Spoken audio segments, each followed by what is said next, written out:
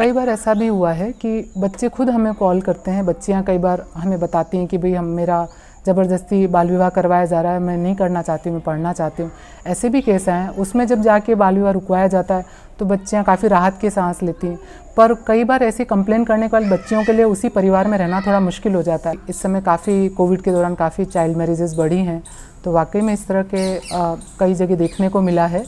All over अपन India में भी देखें या और भी जगहों में देखें तो बाल विवाह के आंकड़े बढ़े हैं। राजस्थान में ये परंपरा रही है और ये पुराने समय से चली आ रही है कि अक्षय तृतीया हुआ, पीपल पूर्णिमा हुआ या इस तरह के जो अबूझ सावे होते हैं उन पे छोटी बच्चियों की शादियां कर दी जाती है। चाहे वो कोई बड़ी बच्ची के साथ कर दी जाती है, उसका कारण निर्धनता हो सकती है, अज्ञानता भी है। और आज के टाइम में जो नैतिक मूल्यों का पतन हो जाने से पेरेंट्स में ये एक डर है कि हमारी बच्चियों के साथ जो है कोई और दुर्घटना न हो जाए तो हम पहले ही शादी कर दें। एक जो समाज की मनोवृत्ति है कि जैसे बड़े भाई की शादी हो रही है तो छोटी लड़की है, छोटी 1 या 2 या 3 जितनी भी है उनके एक साथ कर दी जाए ताकि खर्चे से बचाव हो जाए। तो ये एक समाज की जो मनोवृत्ति है, इसका मूल कारण गरीबी है। तो एक गरीबी का उन्मूलन के लिए भी सरकार नाना प्रकार से प्रयास करती है, लेकिन फिर भी लोगों की जो एक सामाजिक कुरीति है कि जो साथ में निकाल दी जाए। क्योंकि बच्चे का पूरा भविष्य का सवाल होता है। शादी भी ऐसा नहीं कि शादी करा दिया और ठीक है एक उनका जिम्मेदारी निपट गई, लेकिन आगे बच्चे पे जो भार पड़ता है, लड़कियों को कम उम्र में माँ बनना, पूरे परिवार की जिम्मेदारी उठाना, वो उनके लिए वैसे भी सही नहीं होता। कोविड के बाद में और कोविड की इन परिस्थितियों में सिर्फ बाल विवाह का ही नहीं हुआ है, बाल श्रम का भी मामले बहुत ज़्यादा बढ़े हैं।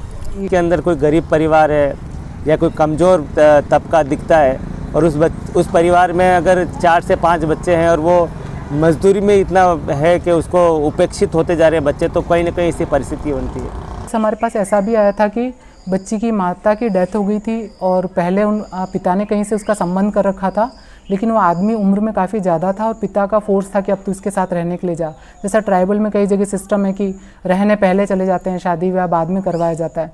पर वो बच्ची के साथ काफ़ी मारपीट भी फादर ने भी की और उस आदमी ने भी की जो उसके साथ शादी करना चाहता था या नाता ले जाना चाहता था, अपने साथ ले जाना चाहता। तो फिर ऐसी स्थिति में उस बच्ची ने जब हमको कंप्लेन की तो उस बच्ची को वहाँ से लेके आना और सारी बातचीत करके उसको शेल्टर करवाना, ये भी हमने करवाया। और वाकई में उस बच्ची की इतनी बुरी स्थिति थी, इतना ज़्यादा उसके साथ मारपीट कर रखी थी, उसको इंटरनल इतनी चोट पहुंची हुई थी कि बोलने की स्थिति में भी नहीं थी।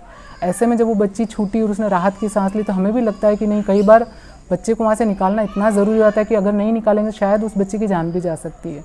ये है कि बच्चियों की शिक्षा पर ध्यान दें और उनके सामने हम एक ही एग्जाम्पल भी हैं। दिलवाड़ा पंचायत समिति में विशेष रूप से हमारे यहाँ विकास अधिकारी भी महिला हैं, प्रधान साहिबा भी महिला हैं और मैं स्वयं तहसीलदार भी महिला हूँ। तो सभी के सामने एक महिला सशक्तिकरण का उदाहरण है।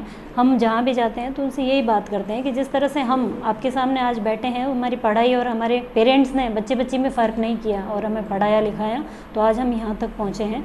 तो जो हमारी आने वाली पीढ़ी है, जो आने वाली बच्चे हैं, उनमें भी ये टैलेंट है, उनके टैलेंट को बाहर लाके उनको आगे लाने की आवश्यकता है।